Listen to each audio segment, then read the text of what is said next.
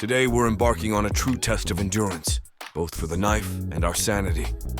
We're torture testing a highly promising Temu knife, officially listed as 420 steel inlaid shadow wood handle, satin flat blade outdoor camping and hiking essential multifunctional tool EDC. Wow, what a name. If nothing else, this knife already wins for longest title. Do we expect it to be junk? Well, let's just say it would take Olympic-level mental gymnastics to expect otherwise. But hey, let's pretend to keep an open mind. After all, it's listed at a whopping $8.29, which is basically couch change. And that's why so many people grab these knives from Temu, because at that price, who needs quality when you can have quantity? But is it actually any good? That's what Robert and I are here to find out. We're on a quest to discover the hidden gems, if they even exist, among the sea of budget blades. Are we going to trust the reviews? Absolutely not. This is Temu, where everything has 5 stars. I wouldn't be surprised if they had 5-star reviews on disposable chopsticks. So instead, we're taking matters into our own hands. Literally. This knife is going through hell today, and we'll see just how long it lasts before it inevitably waves the white flag. Stay tuned, because I guarantee you will not guess how this one turns out. Now, for the specs rundown. Blade material, ultra premium, not really, 7CR13 MOV stainless steel. Handle and body, 420 stainless steel, because why not?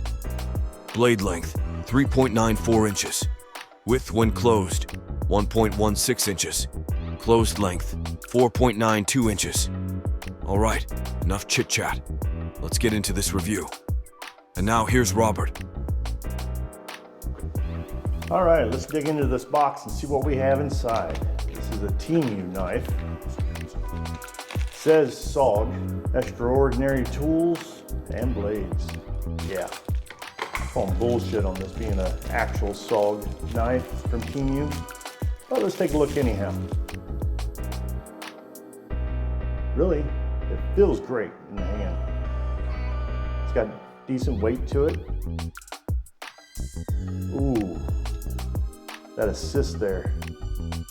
That feels great. Got a spring to it.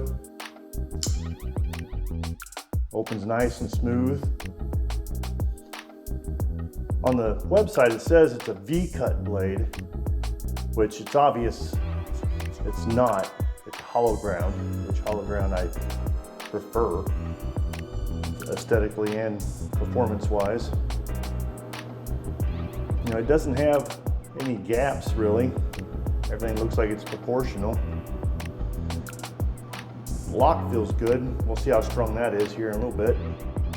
It says it's made of 420 stainless, which if you're getting it from Temu, most likely you don't know what the hell it is. But I tell you what, it does look good. And I think it was like $6, but I mean, that's a for $6, what are you going to ask for? I mean, it looks great.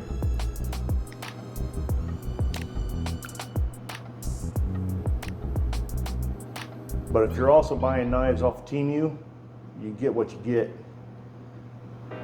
Because there's been many a times I've seen Kershaw knives on there, K-bar, which we have a K-bar knife we're going to be testing here next also. Not today, but in another video. And we're going to see how well it does. But for today, we're going to pretty much destroy this knife. We're going to put it through the ringer. We're going to see how many pounds of torque it takes to snap that blade. Really test the heat treat on it. See how well it holds an edge. Oh, watch the fingers there. Comes out with a little bit of force. This is Robert Schubert from Ironhead Forge. And today, we got another knife we're testing. As you see in the opener, it's a SOG from Temu. So it's a Temu SOG, which I think we all know by now. If you buy it on Temu, it's just nothing but a counterfeit. However, let's see what it'll do. Let's start out by doing the traditional test. Straight from the box. Let's see if it's sharp enough to cut paper. Kind of impressive. Slices through really well. Hope that was me. Dang. With that hollow ground blade, there's very little resistance. I like that. Like I said, they say it's made from 420 stainless. 7CR13 MOV stainless steel. And I know I say all the time, I hate stainless, but it's a bias I have. I love high carbon steel. It's just one of those things being a knife maker. A lot of knife makers either choose stainless or high carbon steel alloys. And since I like making Damascus, mine's high carbon steel alloys. But there are some great stainlesses out there, unless you get it from China. There's a lot of these Chinese blades, you don't know what kind of steel you're getting. Yeah, it could be just the shittiest stainless you ever saw, and most of them are. Kind of like the boot knife we reviewed. Horrible stainless, horrible heat treat. But enough about that one. This one here, so far it's kind of impressive. I think it was only like $7 on Temu. I don't know how they even kicked these out of the factory for $7. I mean, it's a Chinese factory, I think we understand how, but I mean, the material that goes into it, it's kind of impressive. Let's see what else did I cut. We'll go from the paper to stuff you guys will cut all the time. Well, regularly. To things your daddy told you not to cut. So let's try this. Let's try this bungee cord rope out. Very little effort. I mean, it took hardly anything to cut through there. I think we've seen from the paper, it has no problem cutting. Feels like every segment of the blade, even the tip, is right down by the ricasso area. See how that, yeah, it comes fairly sharp. Now let's move on. I know everybody, get that damn shit out of the way, uses their knife on weed eater string. If you carry a pocket knife, you probably cut weed eater string at least once. Let's see what it does on here.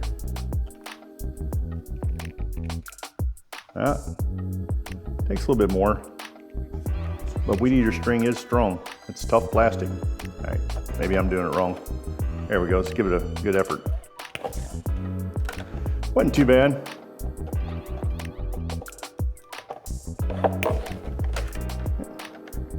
Definitely doable, it takes a little effort, but like I said, weed eater string's made strong. It's made to be tough.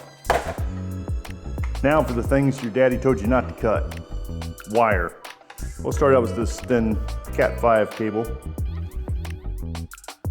They're solid core wire. I mean, it's thin wire, but we'll see how that edge holds up. Let's test it on paper again, just to make sure we still have an edge.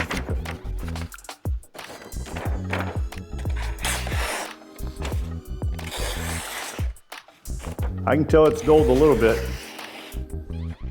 but not much.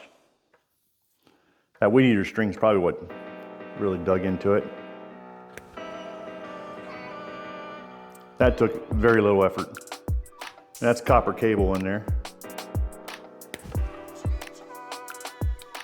Let's see, 1, 2, 3, 1, 2, 3, 4, 5, 6, 7, 7 strands of copper. Slices it with no problem.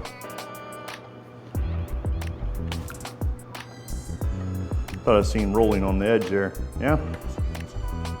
Hey, let's see what it does on paper again.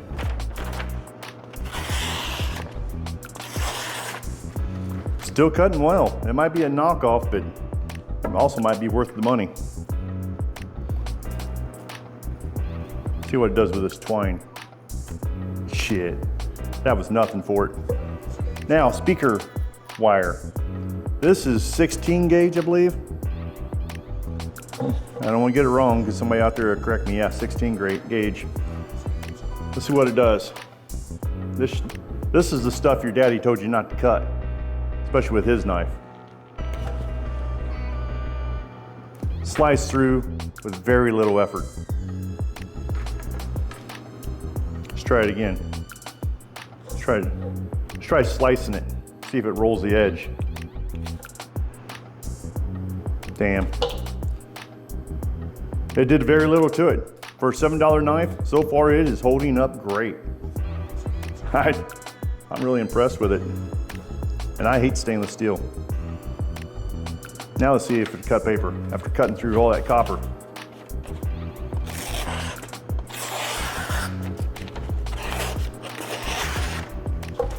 Dang. Doing good so far. I can see paper hanging on the edge a little bit. But I think that's still pretty damn impressive. I don't really see any rolling. I can just see where paper's snagged onto the edge of the blade. I tried to show you, but it ain't gonna show up on camera. Let me try this one more time. Let's just slide the blade on the copper. Shit. Goes right through. I think we need to test it on something stronger, something tougher. Let's go find it.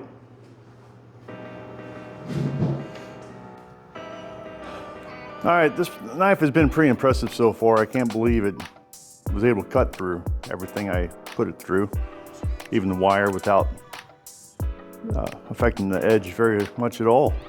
Edge retention has been pretty good so far. Let's see what it does on 1/2-inch plywood. And the reason I chose plywood is because of all the glues and mix match grain patterns. Let's see what impact does with it. Plus, we're looking to see if everything stays tight, because right now, everything is tight. Let's do 10 swats.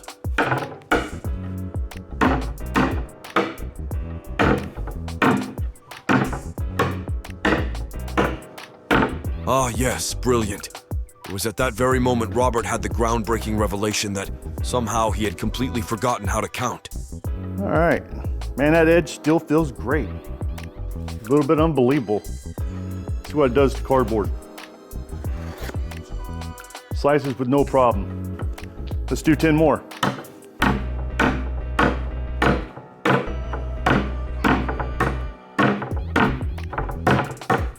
All right, so I lost count. Oh, wow, yes, you totally did. Amazingly, there's absolutely no play in the locking mechanism, horizontal or vertical. Looks like it's taking absolutely no damage. We're gonna have to really up our game here. This knife has been kind of impressive. Let's see what else we can do. All right, we got this treated 4x4. I don't even know if they go into vise. Yeah, it will. All right. Let's see what a treated 4x4 does to it.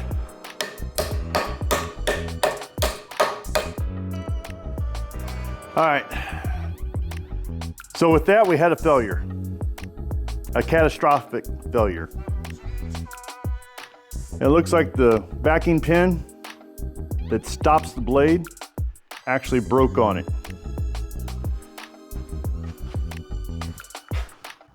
Look at that.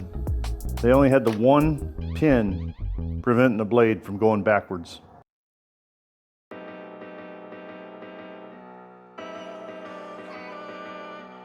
That definitely looks like a design flaw. I mean, granted, I wasn't taking it easy on it, but should have designed it with a little better pin or a little higher quality. Let's take it apart and see what that pin's made out of.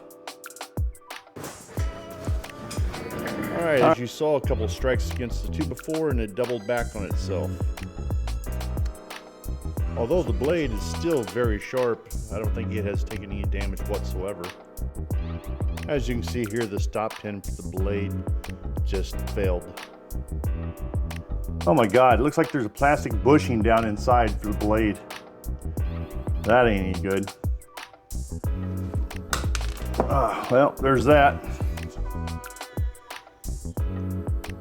Wow, this thing was just sandwiched in there. There was no screw or anything holding this in place. I think we're about to see just why this thing is $7. It's a shame too, because it felt great in the hand. We're ready to dig into this and find out what's going on the inside. Now it's time to find out if this thing, like I suspect, has a plastic bushing in the blade mechanism. God damn it. Ain't that some shit? Alright. This Harbor Freight tool might be a pile of shit. Hey, look there, I figured it out.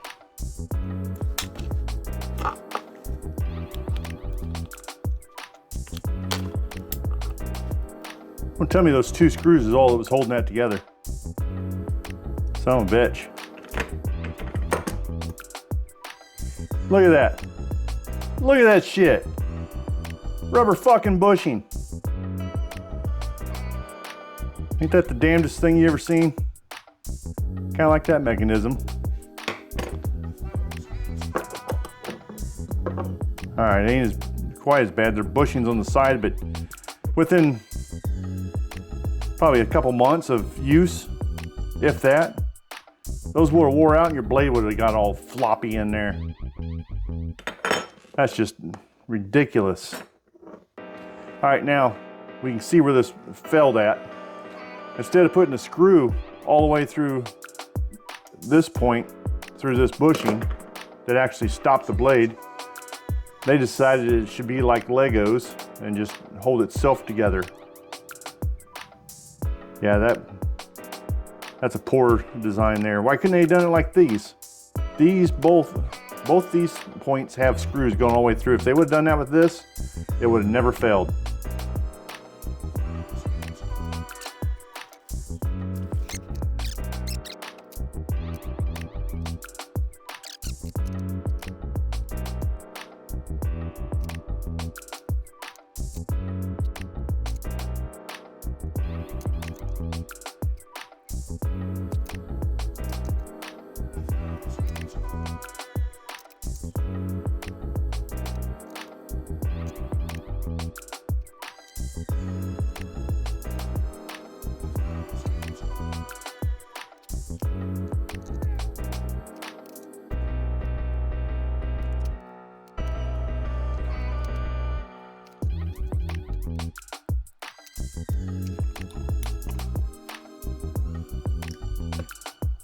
Well, I think we broke the spring on it.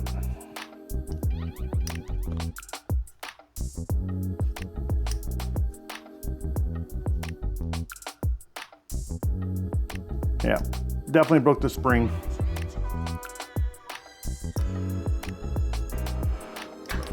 Doesn't seem to lock anymore. Oh, there it went. Locked that time. All right, we ain't gonna bother putting this back on.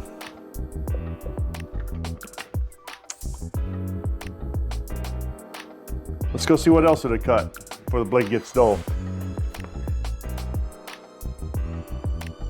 All right, now that we got it back together, we know it's gonna fail as soon as we smack something with this.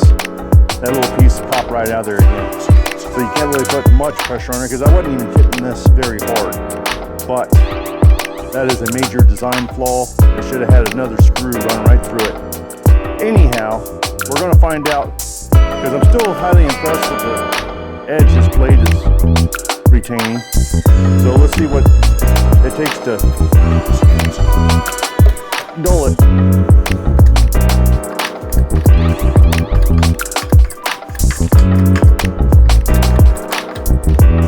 Damn, it still feels sharp.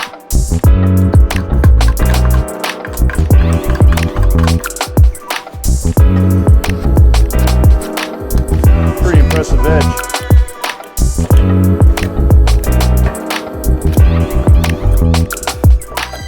I'm bearing down pretty good on this wood. And it's just slicing right through it.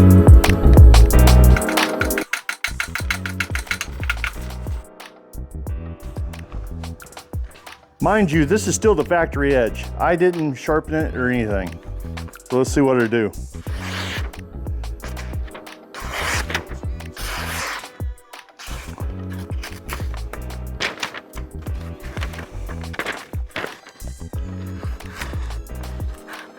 mean, it's gotten a little duller, but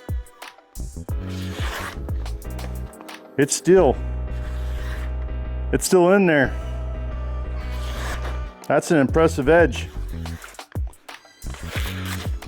There hasn't been any rolling, no deformations, nothing.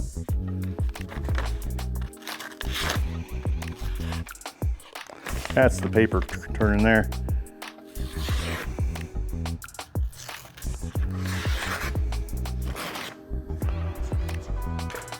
I'm impressed.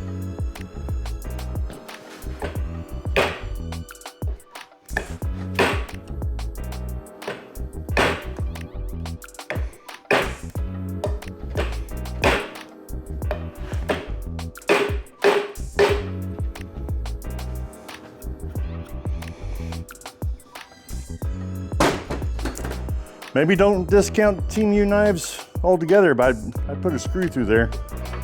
Damn.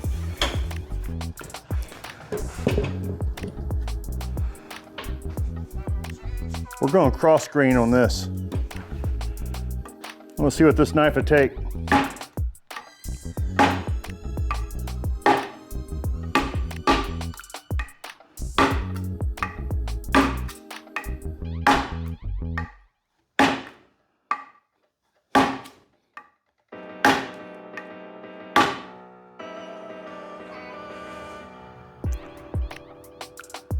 Pretty impressive.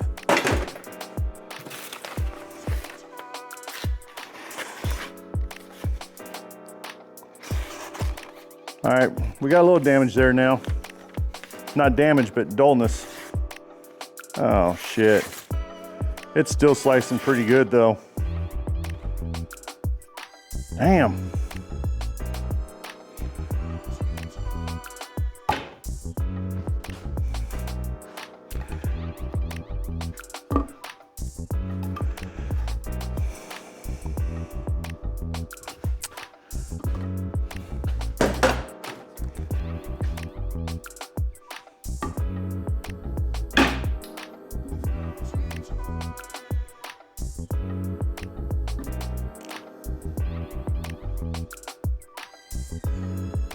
There's no rolling. And look at the damage that did.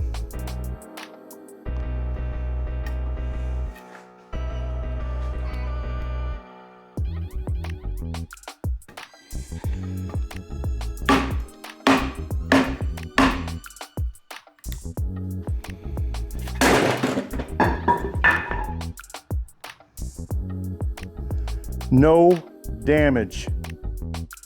Look at that.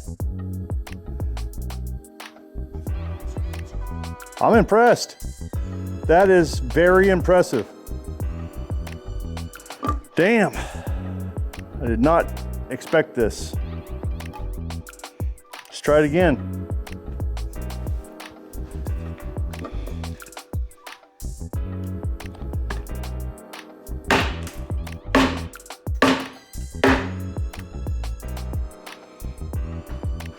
You would never do this to your knife. Look at that. That's not something you would do to your knife if you had this. Look how well it's holding up. And it's still sharp, no deformation. All right, you can see just a little bit of glinting on the edge of the blade. See it right there?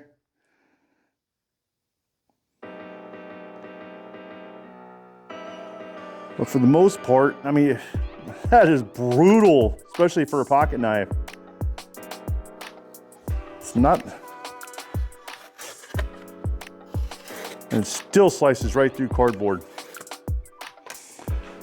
Let's keep going. One more time.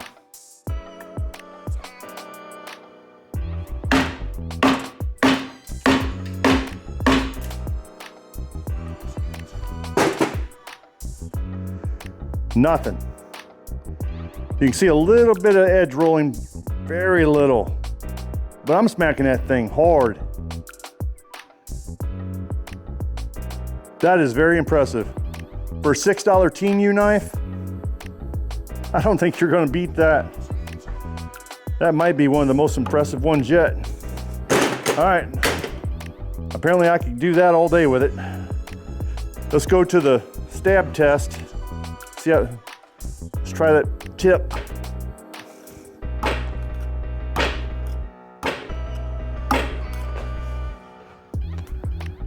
All right, the tip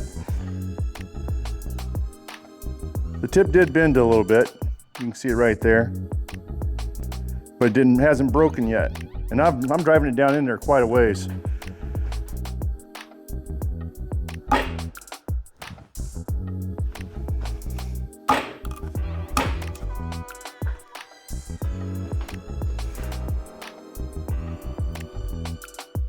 All right.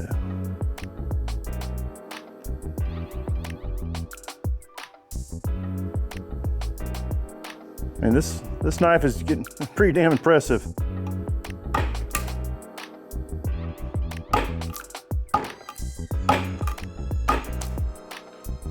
You're never going to do this with your knife. Oh, there, we finally broke the tip. I mean, that was brutal. I was intentionally trying to break that tip. So,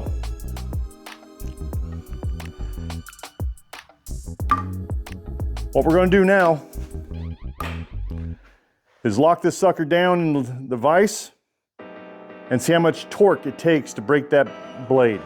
I've removed the blade so that we can do a test on just the blade, because the rest of it we know will fail, but I want to see how much torque it takes for us to snap it.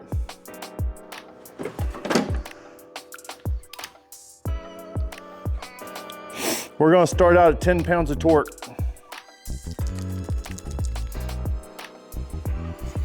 So far, this blade has been pretty damn impressive. All right, ready?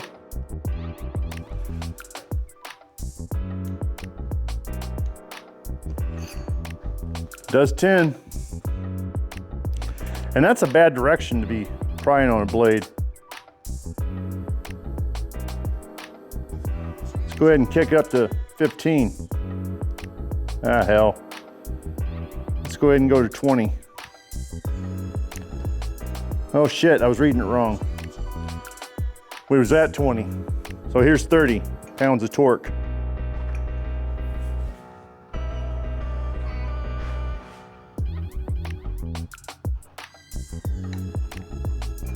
Damn, that's 30 pounds of torque.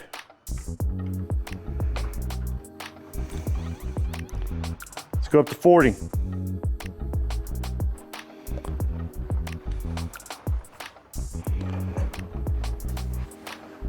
$40 pounds of torque.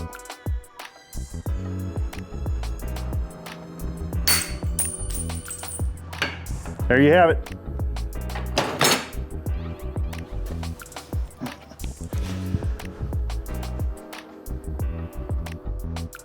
It broke into 3 pieces.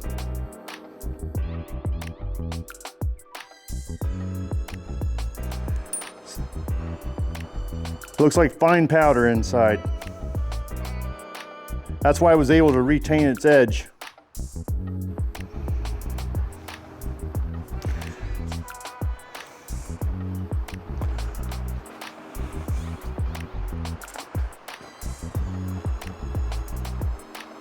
All right, what did we learn? We learned that this $6, $7 knife from Temu is a freaking badass knife. It's almost a shame that, I might have to order another one. It's almost a shame that it ended up having to get torture tested like this and broken, because that damn knife surprised the shit out of me. I mean, that was outstanding. The housing of this thing looked great. It feels good in the hand. I mean, it feels real good. The only downside to it is where they've used these 2 plastic, I don't think they're even neoprene or anything like that. They're just plastic washers. They'll wear out in no time. So those have to be changed. If you do buy this knife, I would change those washers out. It's not that hard. You can get the tools from just about any hardware store. This is the worst part right here. If you took this knife, replace those washers, and drill a hole through this, put a screw through it, so that the blade will actually, the stopper for the blade, when it goes back, that would be one hell of a good knife. High quality. I mean, because that blade was very impressive. I never would have guessed it from a Temu knife. So, would I recommend this knife? Hell yeah. Because the biggest part is you're not going to torture it like I did. It took a lot of prying to get that tip to start, just to break off. So that's usually the first thing a kid or a young boy breaks on a knife is the tip. I really don't like how the clip on the back is real narrow. I like the wider clips. That's just a preference thing. It's nice and strong. It really, I walked around with it on my belt, you know, stuck down in my pocket, and it didn't move a bit, felt comfortable. It feels a little heavier on the heavy side for a pocket knife, but it is a large knife. It's gotta be a counterfeit because I haven't seen this on SOG's website, and I looked extensively for it. Though the blade held up real good and the housing is nice and solid, because of those two parts, I give this knife 3 out of 5 anvils. So if you have a knife you want reviewed, drop it down in the comments. If there's something else, some other tests you think I ought to do with these knives, especially before snapping the blades, that copper test was impressive. Cutting that thick ass copper with this, man, I never thought it would do it. It didn't even hardly affect the edge. Stay tuned, we have many other blades to test. Till next time, Ironhead Forge out.